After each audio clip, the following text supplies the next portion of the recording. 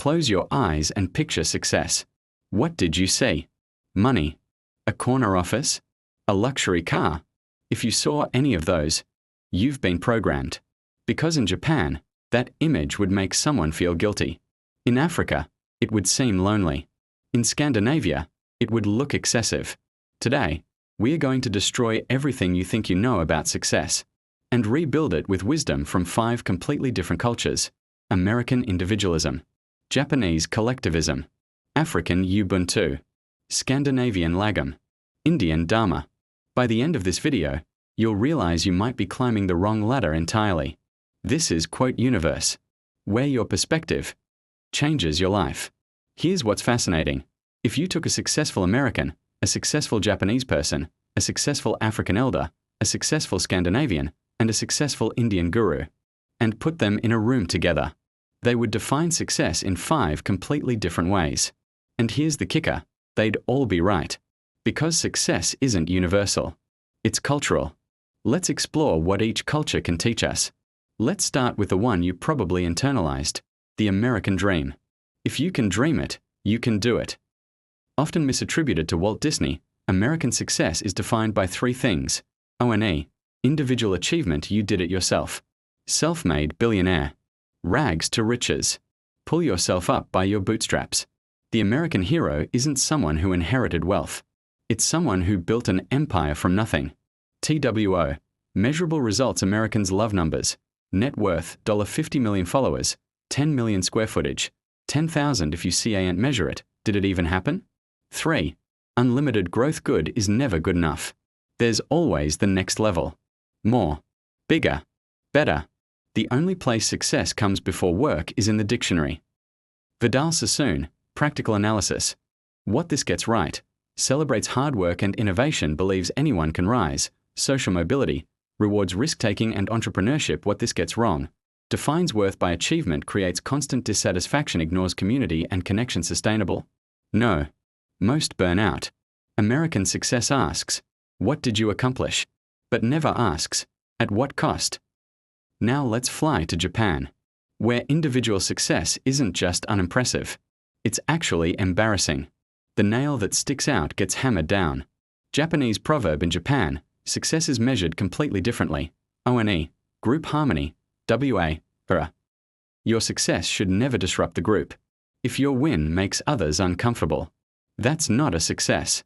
That's failure. A Japanese executive explained it this way. In America, you celebrate the tallest tree.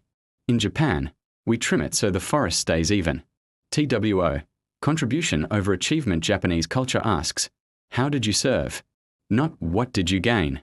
Okage sama da, I am what I am because of you. Common Japanese expression. Success isn't what you took, it's what you gave. 3, mastery and craftsmanship. There are sushi chefs who spent 10 years just learning to make rice. Americans would say, that's a waste of time. Japanese would say, that's the point of time. Shokunin kashitsu, the craftsman spirit. Success isn't speed, it's depth. A practical analysis. What this gets right, creates sustainable communities, values quality over quantity, reduces social comparison and envy, deep fulfillment. In mastery, what this gets wrong, can suppress individual creativity. Social pressure can be crushing, innovation can be slowed, individual needs sacrificed for group. Japanese success asks, did you honor your role? American success asks, did you break your role? Both are right. Both are incomplete. Now to Africa, where the entire concept of individual success doesn't even make sense. Because of one word, Ubuntu.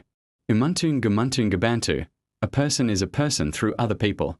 Zulu philosophy translation, I am because WER. In African philosophy, especially Ubuntu, ONE, success is collective. You're not successful if your family is struggling. You're not successful if your village is poor. Individual wealth while others suffer? That's not success. That's shame. This is why successful Africans support dozens of extended family members. Not out of obligation. Out of definition. TWO. Wisdom over wealth. When an old person dies, a library burns down. African proverb. Success isn't measured in possessions. It's measured in wisdom you can share. Can you guide the youth? Can you resolve conflicts? Can you pass down knowledge? That's success. 3. Legacy and lineage. African success asks, What will your grandchildren say about you? Not next quarter's profits. Not this year's goals. Your legacy. Your lineage. If you want to go fast, go alone. If you want to go far, go together. African proverb, practical analysis. What this gets right, creates resilient communities, emphasizes emotional intelligence, sustainable and regenerative, reduces isolation and loneliness. What this gets wrong, can limit individual expression, family obligations, can be overwhelming, hard to break cycles of poverty, individual dreams may be sacrificed. African success asks, are your people thriving? American success asks, are you thriving? What if you need both? Let's go north to Scandinavia, where they've figured something out that's making them the happiest people on earth. And it's based on one concept, Lagom, not too much, not too little, just right. Scandinavian success is anti-excess. 1. Enough is the new more in Sweden. Flaunting wealth is considered vulgar. Driving a Ferrari? People don't think he's successful. They think he's compensating. Success isn't accumulation. Success is knowing when you have enough. TWO. Work-life balance, actual balance, arbeidsglede. Danish. Work happiness. In Denmark, leaving work at 4 p.m. isn't lazy. It's success. Because you organized your day well enough to have time for what matters. Family. Nature. Hobbies. Rest. 3. Social equality. Janteloven. The law of Janti, Scandinavian social code.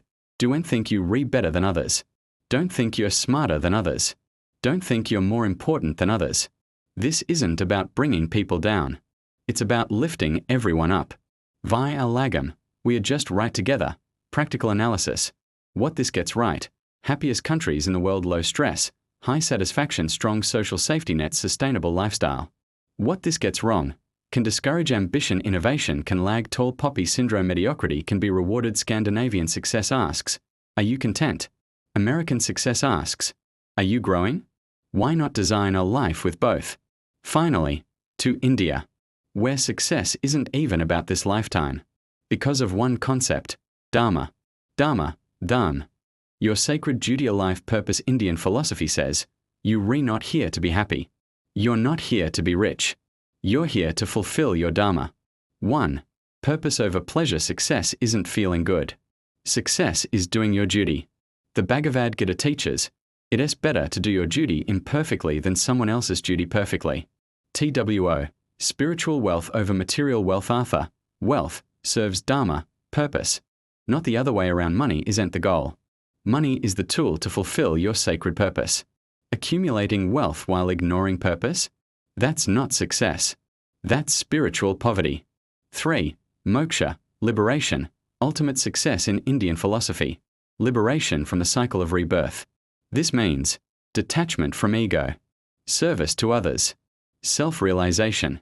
You have the right to work, but never to the fruit of work. Bhagavad Gita, do your duty. Let go of results. A practical analysis.